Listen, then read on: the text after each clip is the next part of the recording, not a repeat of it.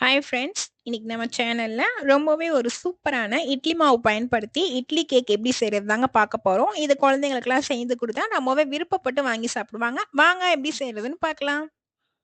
இப்போ அதுக்கு ஒரு மிக்சிங் பவுலில் நான் வந்து ஒரு கப் போல் புளிக்காத இட்லி மாவு வந்து எடுத்து வச்சுருக்கேன். இப்போ அதை வந்து நம்ம ஆட் பண்ணிக்கலாம்.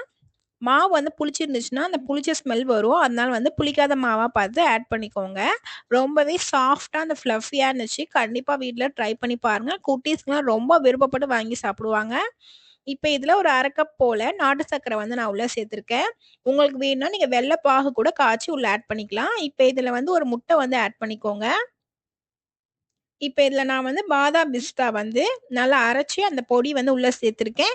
இது வேணாலும் நீங்க ஸ்கிப் பண்ணிக்கலாம். முட்டையோட ஸ்மெல் வராம இருக்கிறதுக்காண்டி ஒரு 1 ஸ்பூன் போல வெண்ணிலா எசன்ஸ் சேர்த்துருக்கேன். அதுக்கு பதில் நீங்க ஏலக்காய் தூள் கூட சேர்த்துக்கலாம்.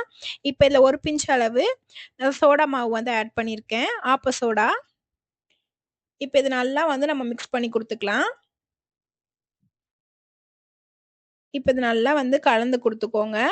நம்ம சேனல புதுசா பார்க்குறீங்கன்னா, நம்ம சேனல சப்ஸ்கிரைப் பண்ணிட்டு, பக்கத்துல உள்ள பெல் ஐகானையும் கிளிக் பண்ணி வச்சு பார்த்துக்கோங்க.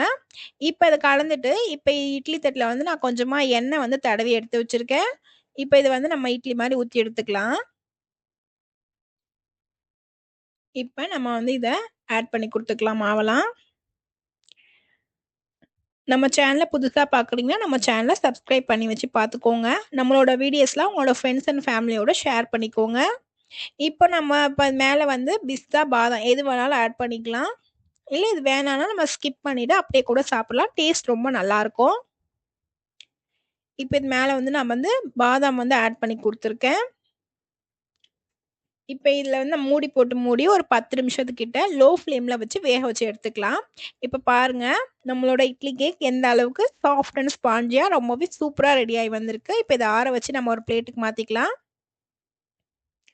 இப்ப பாருங்க, நான் இது வந்து குத்தி பார்த்தேன். இது நல்லா வந்து சாஃப்ட்டா வெந்து வந்திருக்கு.